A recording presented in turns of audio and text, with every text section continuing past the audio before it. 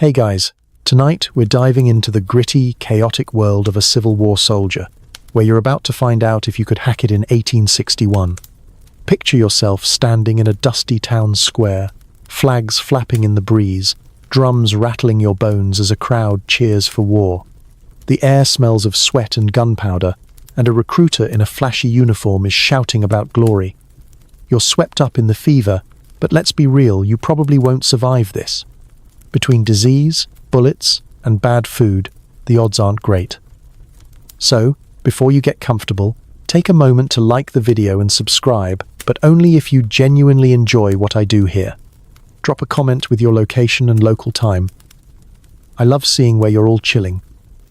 Now, dim the lights, maybe turn on a fan for that soft background hum, and let's ease into tonight's journey together. You're standing there, heart pounding, as men around you shout about defending their way of life. The Civil War kicked off in April 1861 after Fort Sumter fell, splitting the nation into Union and Confederacy. Everyone's picking sides, and you're caught in the tide. Recruitment offices are mobbed. Some guys enlist for ideals, others for the promise of 3 square meals. You step forward, scribbling your name on a paper that feels heavier than it looks. The recruiter claps your shoulder, calling you a hero already. Joke's on him, you've never held a musket. The process is a mess. You're herded into a line with farmers, clerks, and boys barely old enough to shave. A doctor, more like a guy with a stethoscope and a bad attitude, pokes your chest and asks if you've got tuberculosis. You pass, barely, but the guy next to you gets sent home for flat feet. Historians still argue whether these rushed exams weeded out the weak or just filled ranks with the doomed. You're handed a paper saying you're in for 3 years or until the war ends. Spoiler, it's going to feel like forever. You're shuffled to a rally where a band plays something patriotic, but the tune's drowned out by drunk volunteers singing off-key. A local bigwig gives a speech about honor, and you nod along, though your stomach's churning. There's a quirky rumor floating around. Some recruits were promised silk vests to stop bullets. Yeah, right, like silk's gonna save you from a mini-A ball. You're starting to notice the gaps in the hype. The crowd's all cheers, but a few old men in the back look grim, like they know what's coming. They march you to a train station, and you're packed in with dozens of others, smelling of tobacco and nerves. The car's wooden benches dig into your back, and the guy next to you won't stop bragging about how he'll single-handedly win the war. You roll your eyes first joke of the night. He's more likely to trip over his own ego than a rebel. The train lurches forward, and you stare out at fields blurring past, wondering what you've signed up for. It's not just the fighting, it's the whole package: camps, marches, and orders from men who don't know your name. You're headed to a training camp, but training sounds too fancy. It's more like organized chaos. You overhear veterans guys who fought in Mexico a decade ago, muttering about how green everyone island. They're not wrong. Most recruits, you included, are clueless about military life. The war's early days were a scramble. The Union and Confederacy both struggled to turn civilians into soldiers fast enough. You clutch your enlistment paper, already creased from nervous folding, and try to ignore the guy vomiting out the train window. Motion sickness or fear? Probably both. The train whistle shrieks, and you jolt upright.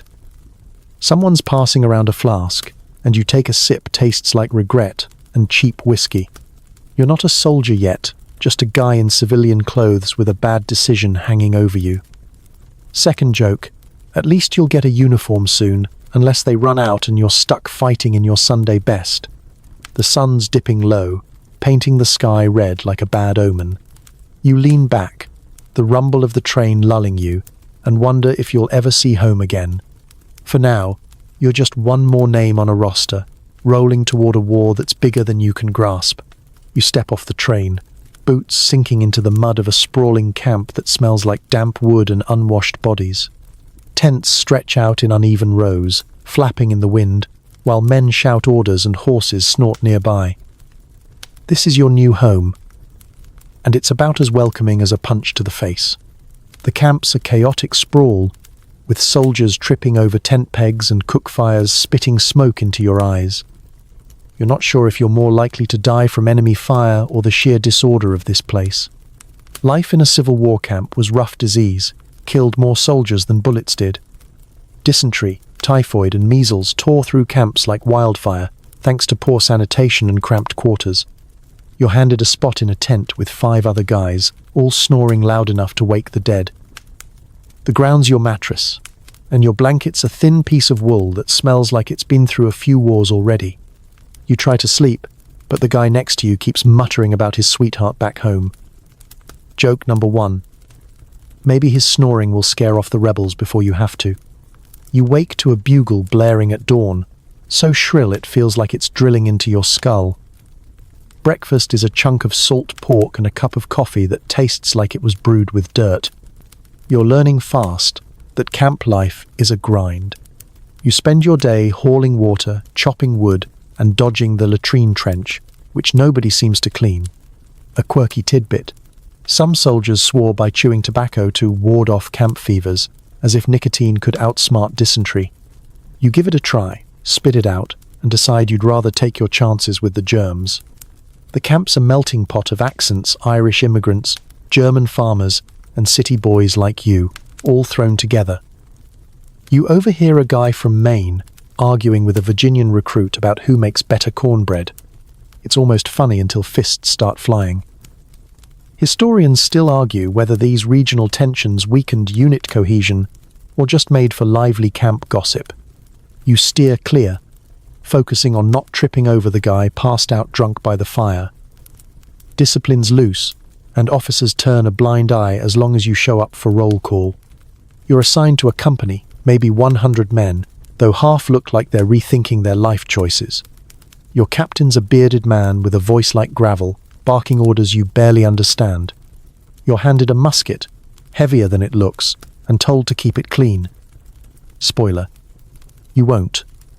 The camp's mud gets into everything, your boots, your clothes, even your dreams.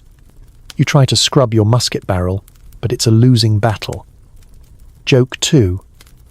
You're starting to think the real enemy is the guy who designed this camp's drainage system. Nights are the worst. The tent leaks, and the cold seeps into your bones. You huddle close to your tent mates for warmth, which is as awkward as it sounds. Someone's always got a story, ghost tales, mostly about haunted battlefields or soldiers who never made it home. You laugh it off, but the darkness makes every rustle sound like trouble. You're starting to notice the smell of the hospital tent nearby, a mix of blood and ether that lingers in the air. It's a grim reminder of what's waiting if you get sick or wounded. By day 3, you're itching for action, anything to break the monotony. You watch veterans drill, their movements crisp while you fumble like a kid playing soldier. The camp's a pressure cooker: boredom, fear, and bad food all simmering together. You find a quiet moment to carve your initials into a tree, a small act of defiance against the chaos. Joke 3. At least if you don't make it, future archaeologists will know you were here, assuming they can read your terrible handwriting. You're not sure if you're cut out for this, but there's no going back now. The war's waiting, and the camp's just the start. You're standing in a dusty field, the sun baking your neck as you tug at the stiff collar of your new uniform. It's wool, heavy as a wet dog, and fits like it was made for someone 2 sizes bigger. The quartermaster tossed it at you with a grunt, along with a pair of boots that pinch your toes and a kepi cap that keeps slipping over your eyes. You look less like a soldier, and more like a kid playing dress-up in his dad's clothes. The Civil War saw both armies struggling with supply issues early on. Uniforms were often mismatched, with some soldiers wearing whatever they brought from home. You're lucky to have anything standard at all, but you're not feeling lucky. You adjust the straps of your knapsack, which feels like it's stuffed with bricks. Inside, there's a canteen, a tin plate, and a cartridge box that rattles when you move. The belt's too tight, the buttons are loose, and the socks? Let's just say they're more holes than fabric. Joke 1. You're pretty sure the quartermaster's secret mission is to make you die of discomfort before the enemy gets a chance. You try to stand tall, but the wool itches like a swarm of ants, and you're sweating buckets already. You're not alone in your misery. The guy next to you, a lanky farmer named Tom, is cursing his trousers, which are so long he keeps tripping. You share a laugh, but it's cut short when the sergeant barks at you to line up. You're starting to notice the camp's hierarchy veterans get the better gear, while greenhorns like you make do with the scraps. A quirky tidbit. Some soldiers believed wearing red flannel underwear brought good luck, though you're skeptical it'll stop a bullet. You check your own underwear plain cotton, no luck included, and wonder if you should have packed something fancier. The weight of your gear is a constant reminder of what's coming. You're supposed to carry 50 pounds, including your musket, but it feels more like 500. You trudge to the drill field, where the sergeant's already yelling about proper posture. You try to mimic the veterans, but your musket keeps slipping, and your cap falls off mid-turn. The sergeant calls you a featherbed soldier, whatever that means, and you're too tired to care. Historians still argue whether poor equipment or lack of training doomed more men in the war's early battles. Either way, you're not off to a great start. You're handed a haversack for rations, but it's already tearing at the seams. You peek inside, hoping for something edible, but it's just a lump of hardtack that could double as a doorstop. The canteen's dented, and you're pretty sure it leaks, but you're too thirsty to complain. You take a swig, and the water tastes like rust. Joke 2. Maybe the army's plan is to make you so miserable you'll charge the enemy just to feel something else. You sling the musket over your shoulder, trying to look confident, but it digs into your collarbone like it's got a personal grudge. By noon, you're drenched in sweat, and the uniform's dark blue is starting to look like a bad life choice under the Sunday. You notice some guys have customized their gear carved initials on buttons or sewn extra pockets. You're tempted to try, but your sewing skills are non-existent, and you'd probably stab yourself with the needle. You sit on a crate during a break, watching a group of soldiers trade stories about home.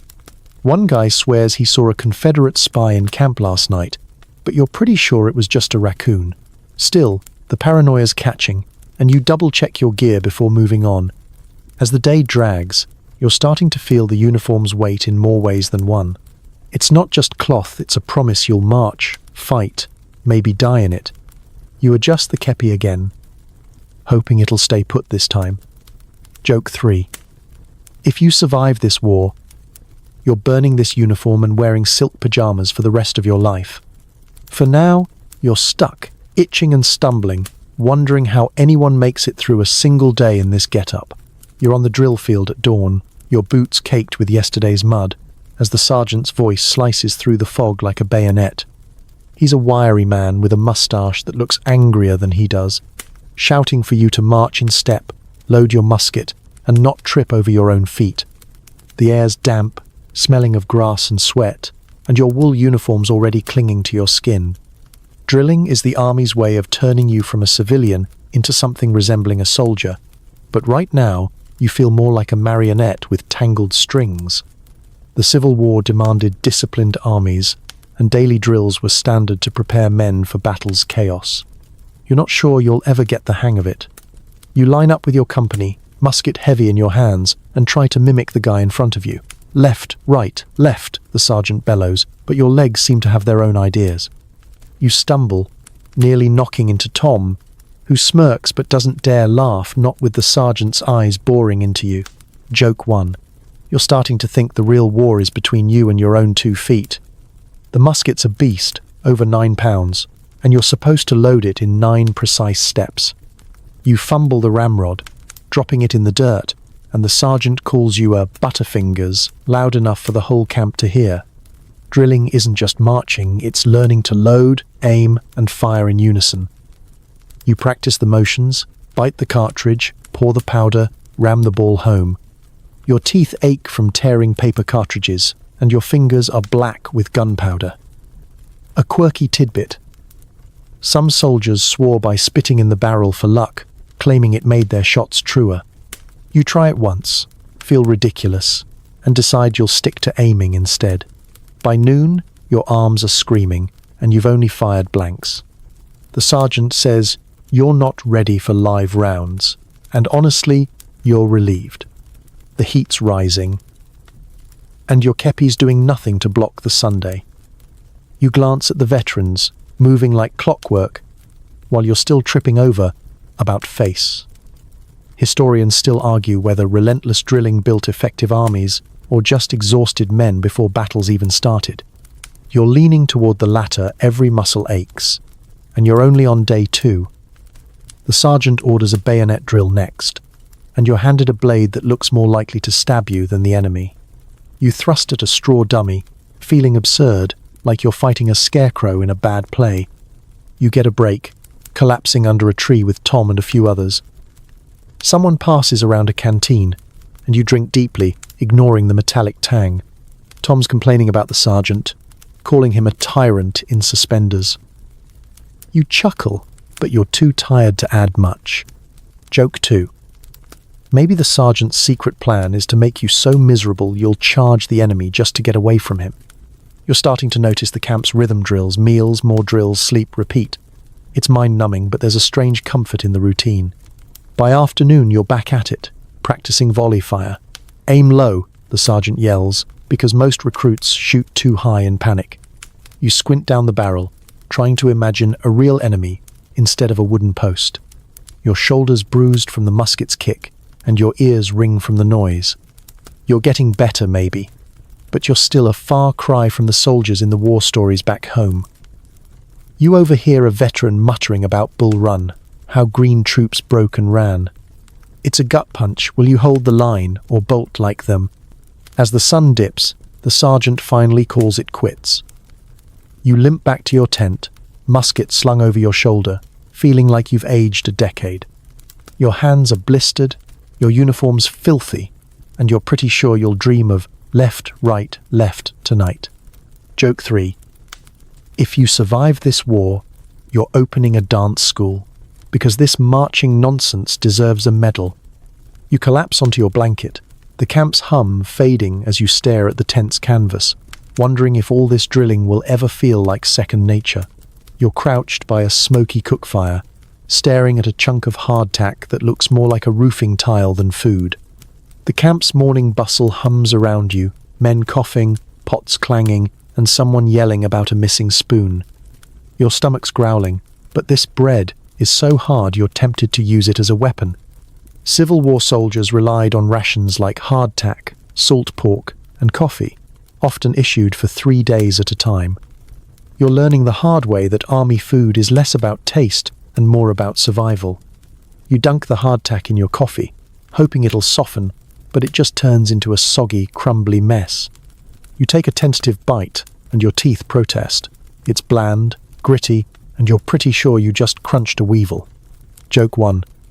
Maybe the army's secret plan is to make you so mad at the food you'll take it out on the enemy.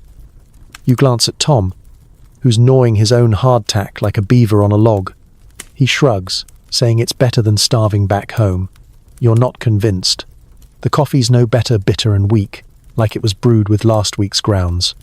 Still, you gulp it down, because it's the only thing keeping you awake after another night of snoring tent mates.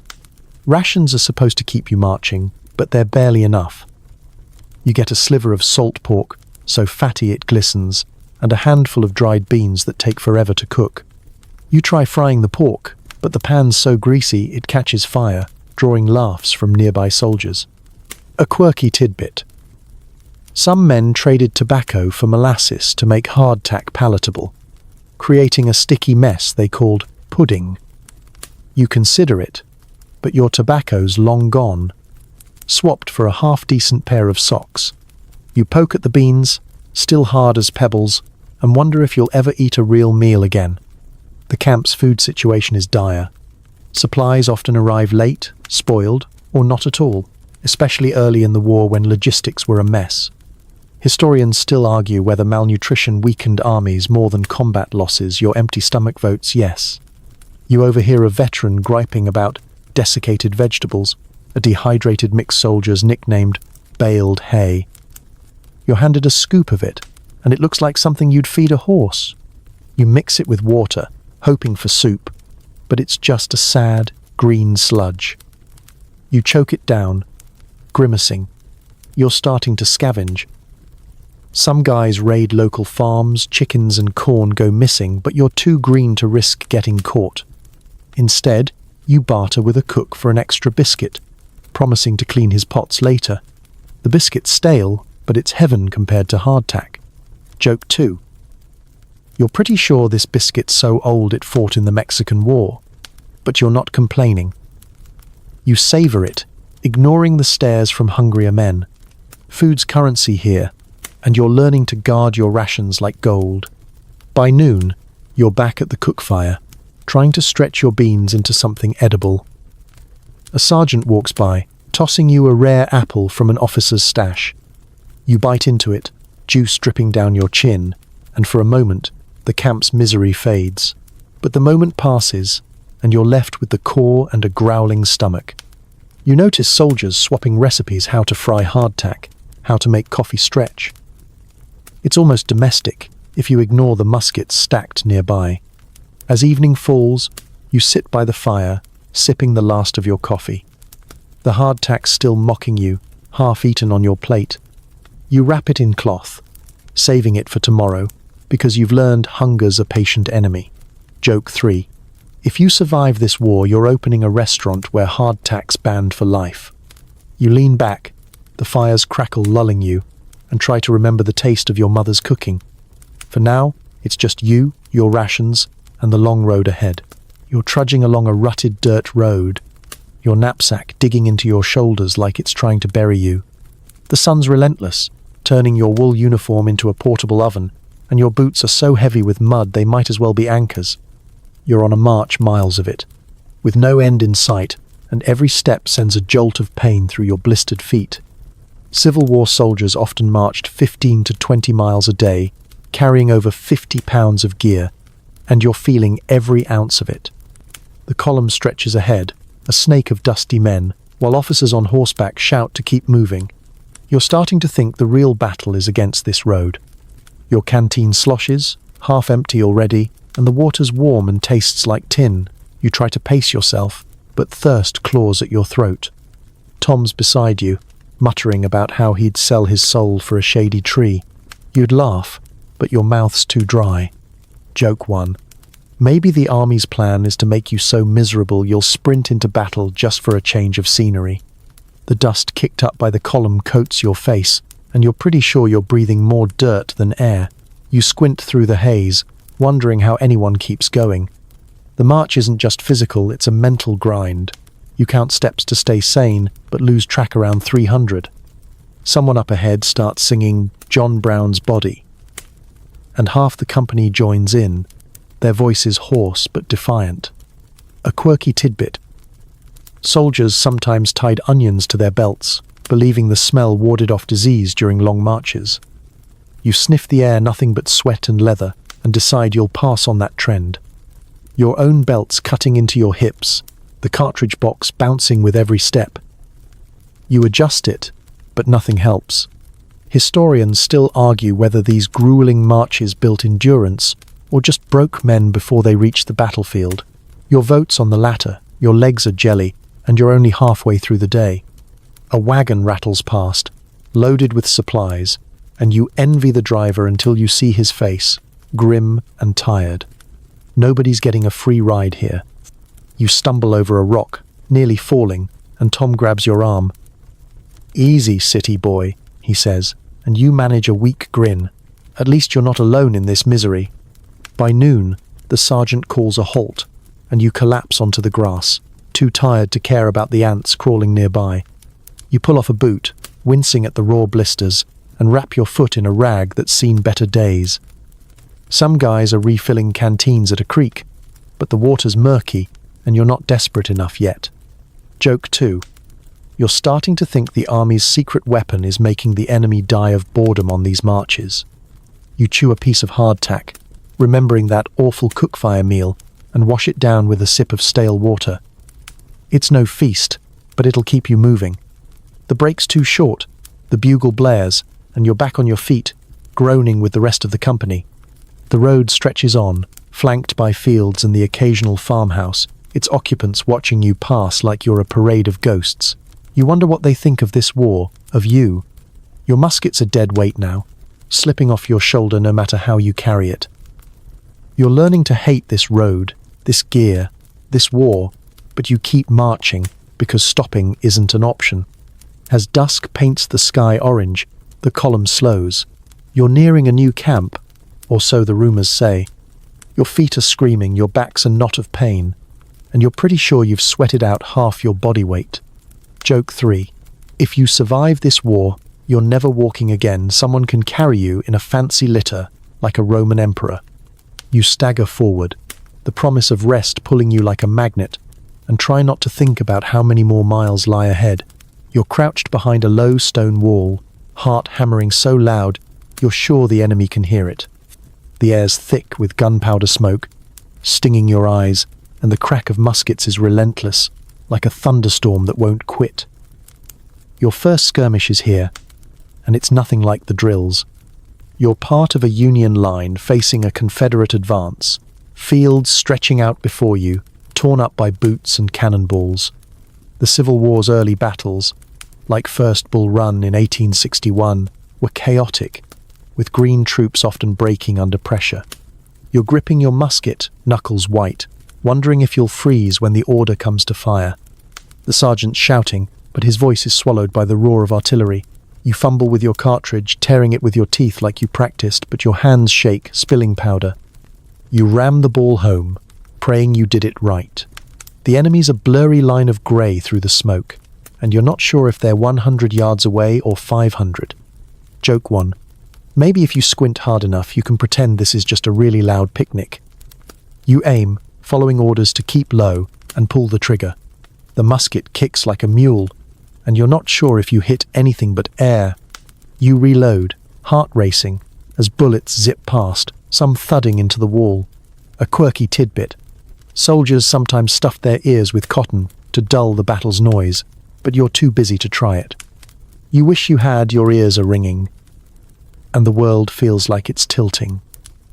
The man next to you, a quiet kid from Ohio, drops with a yelp, clutching his arm.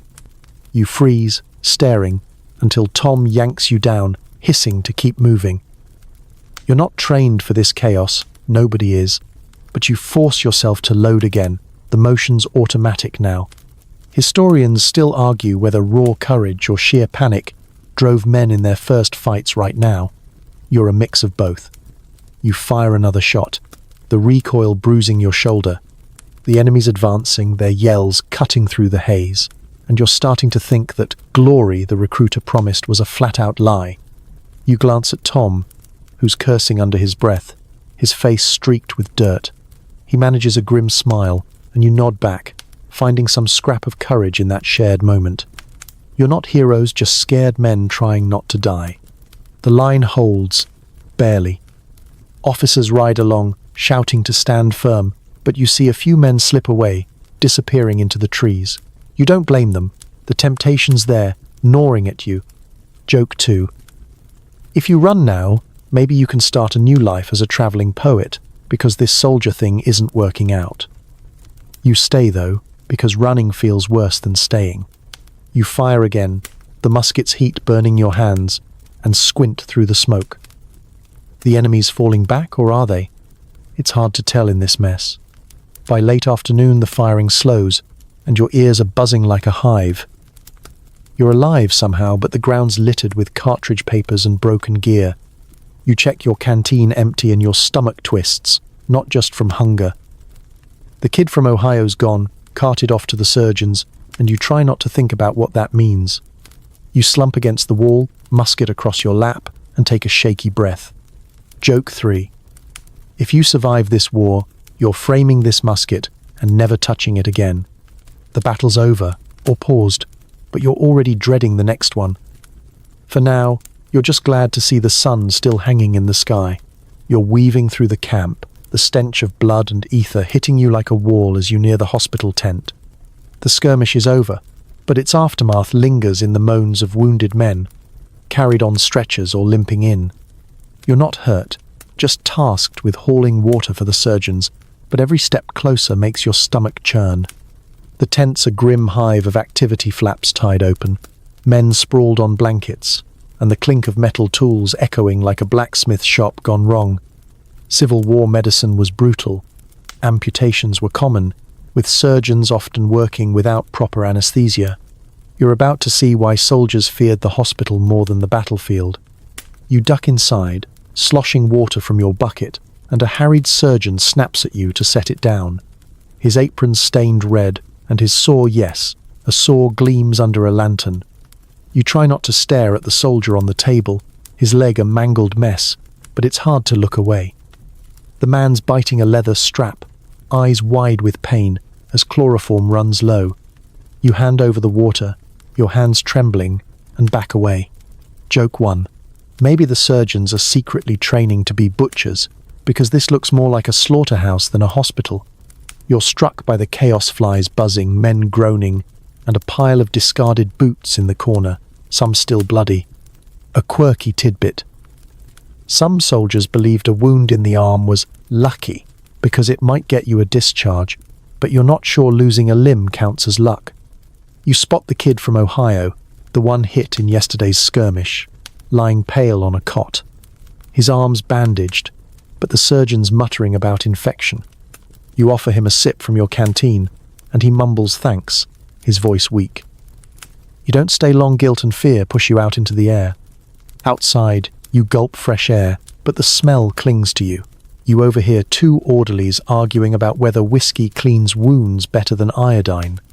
Historians still argue whether Civil War surgeons saved more lives than they ended, given their limited knowledge of infection. You're leaning toward the latter. Every scream from the tent feels like a warning. You're tasked with fetching more bandages, so you head to the supply wagon, passing a group of soldiers whispering about sawbones and their bloody hands. You shudder, remembering that musket bruise on your shoulder. It's nothing, but you're paranoid now. Back at the tent, you drop off the bandages, catching a glimpse of a soldier writing a letter with his good hand, dictating to a nurse. He's calm, eerily so, like he knows he won't make it. You turn away, focusing on your next errand, anything to keep moving. Joke 2. If you survive this war, you're studying medicine just to invent something better than a hacksaw for surgery. You're starting to understand why men pray to die quick in battle rather than end up here. The surgeons work fast, but it's a race against gangrene, and the odds aren't good. By dusk, you're exhausted, not from fighting but from carrying the weight of what you've seen. You sit by a fire, staring at the flames, trying to shake the image of that saw. Tom finds you, offering a piece of hardtack, but you wave it off. He doesn't push, just sits quietly, the crackle of the fire filling the silence. You're both thinking about the kid from Ohio, about the men still under the knife. Joke 3. Maybe the real heroes are the ones who can sleep after a day like this, because you're not sure you will. You lean back, the camp's hum fading, and try to focus on the stars above, anything to pull you away from the tense, grim reality. You're huddled under a flickering lantern, the camp quiet except for the distant hoot of an owl and the occasional cough from a nearby tent. Your knees are drawn up, a scrap of paper balanced on them, as you scratch out a letter with a stubby pencil. The words don't come easy, your fingers are stiff from the cold, and your mind still tangled from the hospital tent's horrors. Writing home is your lifeline, a way to anchor yourself to the world you left behind. Civil War soldiers sent millions of letters, carrying news, love, and fear across divided states. You're trying to sound brave, but the pencil shakes as you describe the skirmish without mentioning the blood. You start with "Dear Ma," because that's who you're picturing, waiting by the hearth for news. You write about the march, the bad coffee, even that awful hardtack, keeping it light so she won't worry. You skip the part about the kid from Ohio. Nobody needs that image. Joke 1. You tell her the army's feeding you so well you might open a bakery, though your hardtack pastries would probably break teeth. You pause, glancing at Tom, who's writing his own letter, muttering about his sweetheart. You wonder if your words will ever reach home, given the mail's spotty service. The lantern's glow casts shadows on your tense canvas, making it feel like a tiny island in the dark. A quirky tidbit. Some soldiers tucked pressed flowers or locks of hair into their letters, hoping to send a piece of themselves home. You don't have flowers, but you consider slipping in a blade of grass, then decide it's too sentimental. Instead, you write about the stars, how they look brighter here, though you're not sure why. Maybe it's the contrast with the camp's grimness. You ask Ma to tell your sister to stop flirting with that shopkeeper, half joking, half serious, because you miss their bickering. Historians still argue whether soldiers' letters were more honest or censored to spare families' feelings. You're definitely leaning toward the latter. You want to tell Ma about the fear, the screams from the hospital tent, but you can't. Instead, you write about the sergeant's mustache, how it deserves its own rank. You hope it'll make her laugh. The act of writing steadies you, each word a thread tying you to home. You glance at your tent mates, all scribbling or staring into space, their own letters a mix of hope and lies. You're running out of paper, so you keep it short, promising to write again soon. You sign off with, "Your loving son," folding the letter carefully, like it's a treasure. You'll hand it to the mail wagon tomorrow, hoping it finds its way. Joke 2. Maybe the postman's the real hero of this war, dodging bullets to deliver your terrible handwriting. You blow out the lantern, the darkness wrapping around you, and lie back on your blanket. The camp's quiet now, but your mind's loud, with thoughts of home Ma's kitchen. Your dogs bark, the creak of the porch swing. You try to sleep, but the letter's weight lingers, like it's still in your hands. You wonder what Ma will think when she reads it, if she'll sense the things you didn't say. Tom's snoring now, his own letter tucked under his knapsack. You envy his ease, his ability to drift off. Joke 3. If you survive this war, you're writing a book of letters so boring they'll put the whole world to sleep. For now, you close your eyes, picturing home, letting the memory of it pull you toward rest. The war feels far away for a moment, but you know it'll be waiting when you wake. You're shivering in a flimsy log hut, the wind whistling through gaps in the walls like it's mocking your attempt at warmth. It's winter now, and the army's settled into winter quarters, a ramshackle village of huts and tents thrown together to survive the cold.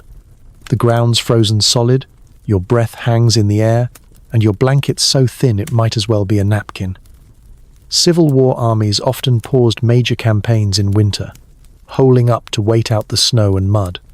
You're in one of those camps, trying to make a home out of logs, straw, and hope, but it's about as cozy as a bear trap. You huddle near a smoky fire, the only thing keeping your fingers from going numb. The hut's cramped, shared with Tom and 3 others, all of you piled together like sardines to share body heat. The roof leaks, dripping icy water onto your already damp blanket. You've stuffed old newspapers into the cracks, useless, but it's something to do. Joke 1. You're starting to think the army built this camp to train you for surviving an ice age, not a war. You poke at the fire, burning green wood that spits more smoke than heat, and wonder how you'll make it to spring. Supplies are scarce. Your rations are down to hardtack and a sliver of bacon, and the coffee's so weak it's basically brown water. A quirky tidbit. Some soldiers brewed coffee from acorns or chicory when beans ran out, claiming it tasted almost right. You try it, choking on the bitter sludge, and decide you'd rather go thirsty. The camp's a ghost town of activity men mend clothes, carve wooden spoons, or play cards to pass the time. You join a game, betting a button because you've got nothing else.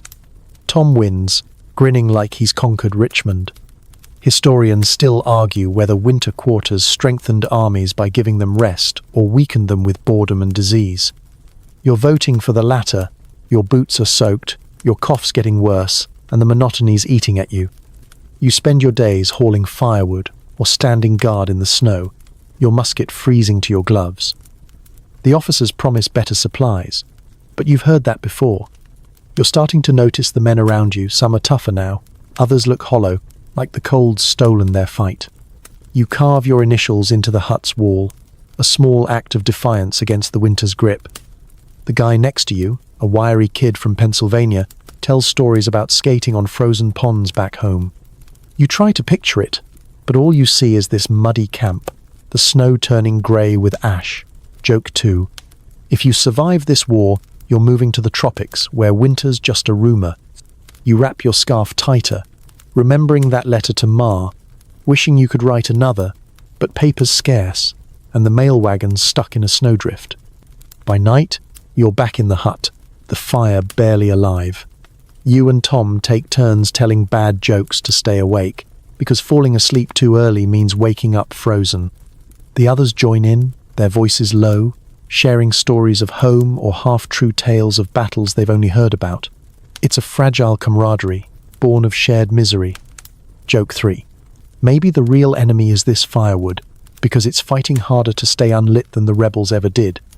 You curl up, the cold seeping into your bones, and try to dream of summer fields, hoping the morning brings something warmer than today. You're sitting on a crate by the fire, the winter camp's chill nipping at your ears as you share a rare laugh with Tom and a few others over a game of checkers played with bottle caps and a scratched-up board. The hut's smoky warmth feels like a luxury, and for a moment, the war feels far away. These men, Tom, the Pennsylvania kid, a gruff Irishman named Declan, are becoming your family, bound by shared complaints about the cold and that awful acorn coffee. Civil War regiments often forged tight bonds, with men relying on each other for survival in and out of battle. But camp life's not all brotherly love. Rivalries simmer, ready to boil over at the smallest spark. You're passing around a tin cup of watery stew when Declan starts ribbing a new recruit, a bookish guy from Boston who keeps quoting Shakespeare. The kid's harmless, but his accent and fancy talk rub some men raw. Declan calls him Professor, and not in a nice way. You try to stay neutral, but the tension's thick, like the mud outside. Joke 1. Maybe if you all recited Hamlet together, you'd bore the rebels into surrendering. You've seen this before: city boys versus farmers, northerners versus border state men, all itching for a fight when there's no enemy around. The camp's a pressure cooker. You've bonded with Tom over shared blisters and bad rations, but not everyone's so friendly. A group of veterans from another company keep stealing firewood, claiming they deserve it more. You and Tom guard your pile like hawks, but last night, someone swiped half of it. You suspect a burly sergeant named Hawkins, who struts around like he owns the camp. A quirky tidbit: some soldiers settled disputes with knuckle matches, bare-fisted fights refereed by bored officers. You're tempted to challenge Hawkins, but your knuckles aren't that brave. Instead, you carve a rude word into a log and hope he burns it. Historians still argue whether camp rivalries sharpened soldiers' grit or fractured units before battles. You're leaning toward fracture. You try to keep the peace, sharing a story about your dog back home to lighten the mood. Tom chimes in with a tale about his sister's prize pig, and even the professor cracks a smile. But the goodwill doesn't last. Declan and Hawkins get into a shouting match over a card game, and you pull Tom back before fists fly. You're learning to pick your battles, and this one's not worth a black eye. By afternoon, you're on fatigue duty, hauling barrels with the professor, who's stronger than he looks. He talks about books you've never heard of, and you nod along, grateful for the distraction. You're starting to like him, even if he uses words like melancholy, unironically. Joke 2. Maybe if the army issued dictionaries instead of muskets, you'd all be scholars by now. You're building trust, slowly, but it's fragile. One wrong word, one stolen ration, and the camp's back to glaring at each other. As night falls, you're back by the fire, the group quieter now. Hawkins storms off after losing at cards, and you're relieved. You and Tom swap stories about home, and the professor listens, scribbling in a notebook. You're not sure if it's a diary or a novel, but it makes you think of your own letters, tucked away in your knapsack. Joke 3. If you survive this war, you're starting a camp choir, because singing might be the only way to stop these fights. You lean back, the fires crackle soothing, and try to hold on to this moment of calm before the next spark sets the camp alight again. You're slumped against a tree, the camp's morning fog curling around you like a ghost, as you stare at the horizon where the road stretches out of sight. The weight of your musket feels heavier today, not from its 9 pounds, but from the thought that's been gnawing at you, running. Desertion's a whisper in every soldier's mind at some point, and after months of mud, hunger, and that skirmish's chaos, it's screaming in yours. Civil War desertion was rampant. Over 200,000 men fled Union and Confederate armies combined, driven by fear, exhaustion, or homesickness. You're not there yet, but the temptation's real, and it's a dangerous game to play. You watch a sentry pace nearby, his eyes sharp for trouble or runners. The penalty for desertion's harsh: a court-martial, maybe a firing squad, or at best, public shaming. You've seen a deserter paraded through camp, head shaved, branded with a D on his cheek. You touch your own face, imagining it, and shiver. Joke 1.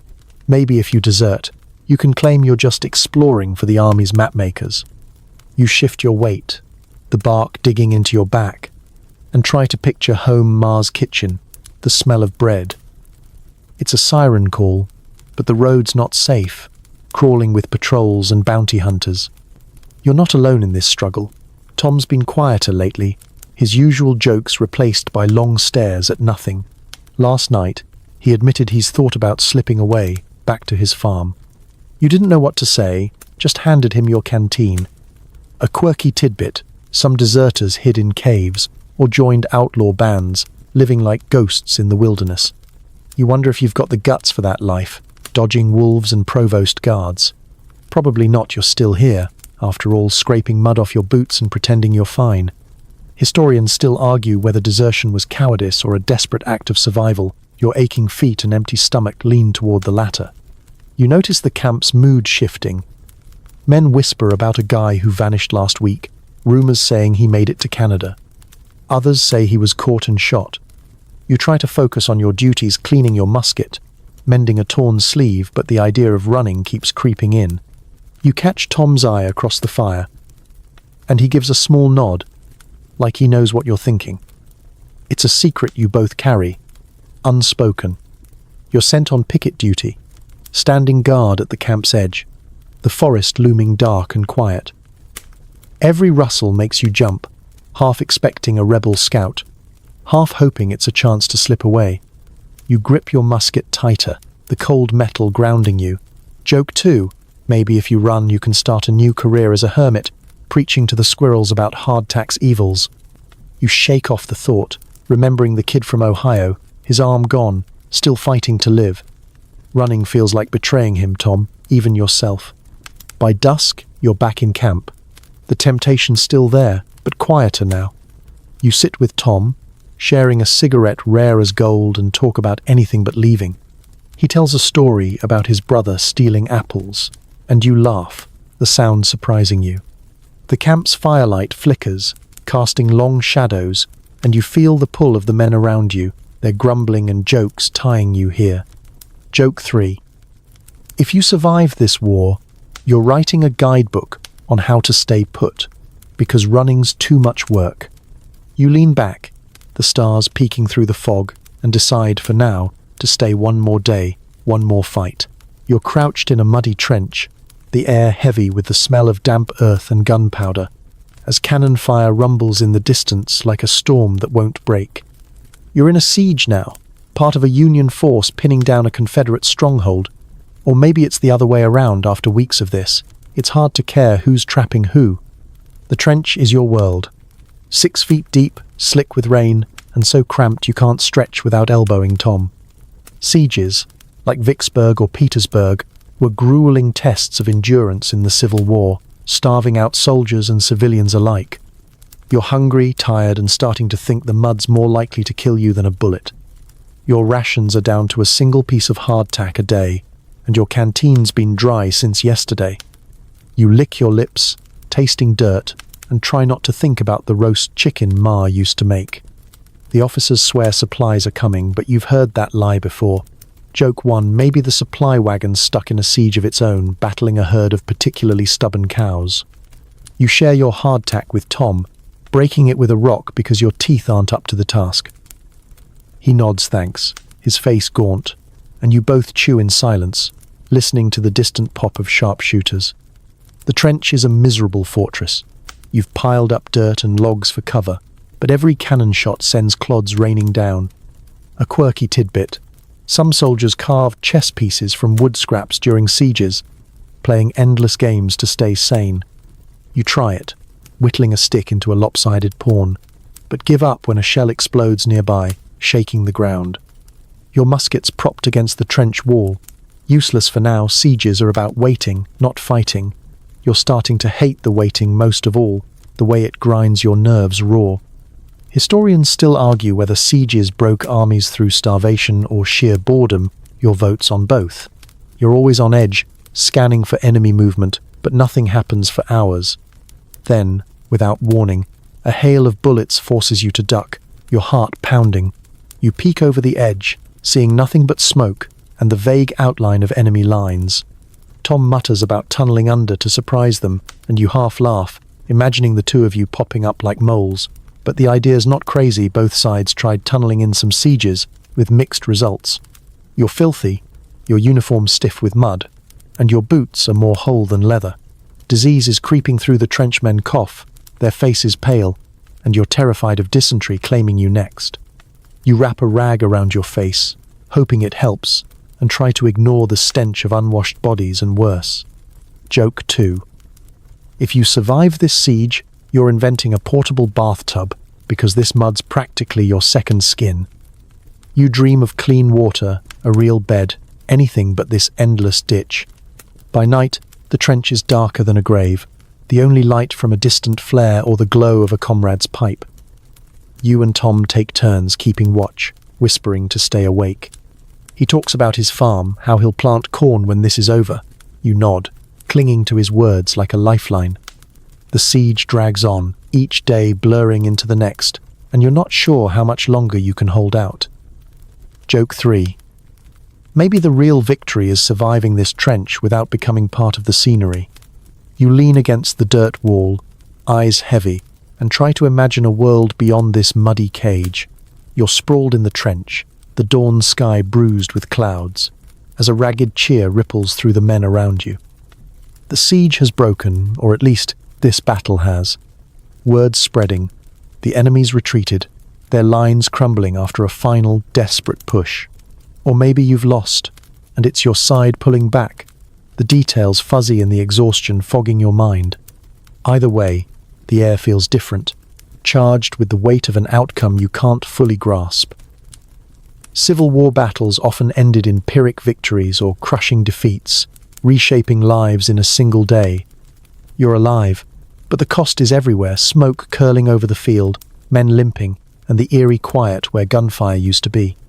You climb out of the trench, legs wobbly, and survey the wreckage.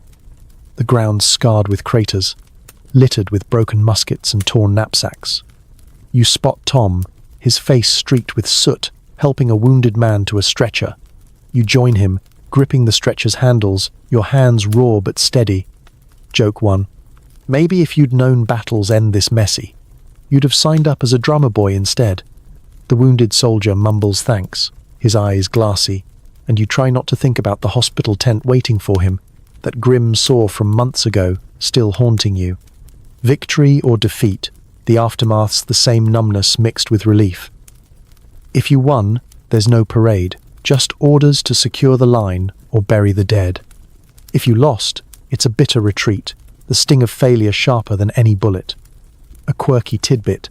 Some soldiers collected enemy buttons or belt buckles as trophies after battles, trading them like kids with marbles. You find a dented Confederate canteen in the dirt, but you leave its souvenirs feel wrong when you're this tired. You're just glad your own canteen's still clipped to your belt, though it's empty again.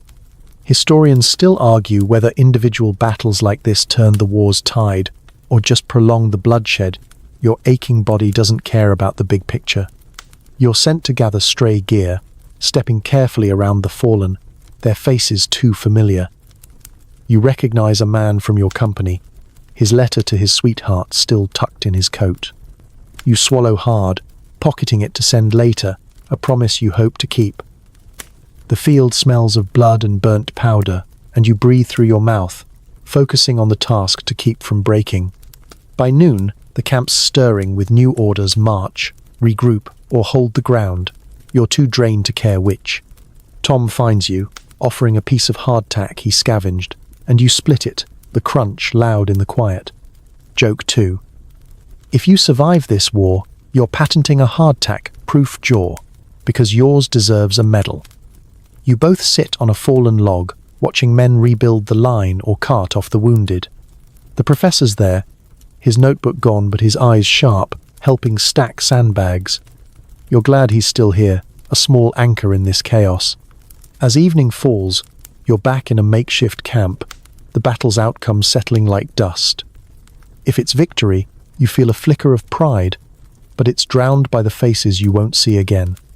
If defeat, you're angry, but too tired to curse.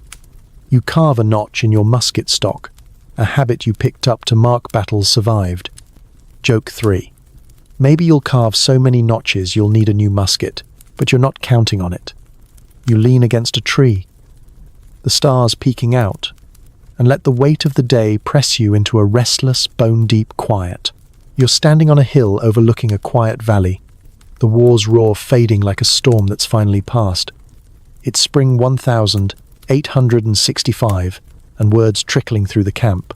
The Confederacy's collapsing, Lee's surrendered at Appomattox, and the Civil War's winding down. You're not sure if it's really over, rumors have burned you before, but the air feels lighter, the men's faces softer, even if their eyes still carry the weight of years. You're alive somehow, through marches, battles, and that endless siege, but survival doesn't feel like victory, just a strange, heavy relief. The Civil War ended with over 600,000 dead, reshaping the nation, and you're one of the lucky ones, standing here with your tattered boots and a musket you'll never fire again.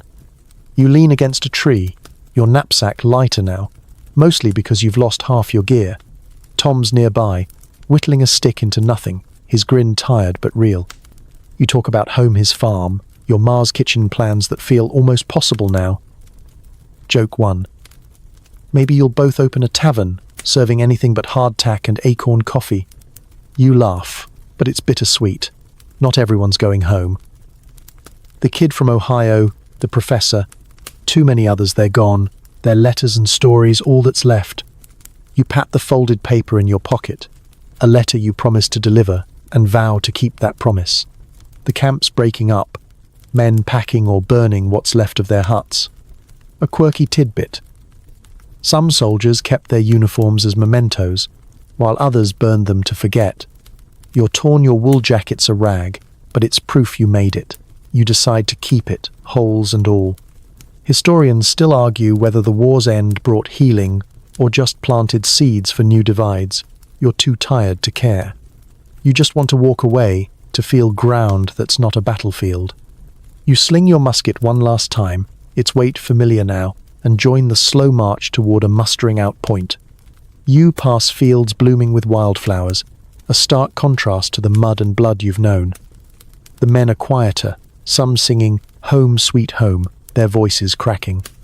You don't join in, but the tune lodges in your chest. Joke 2. If you survive the walk home, you're framing your boots as a warning to future generations about army life. Tom nudges you, pointing to a distant town where smoke rises from chimneys, not cannons. It's a glimpse of normal, and it pulls at you.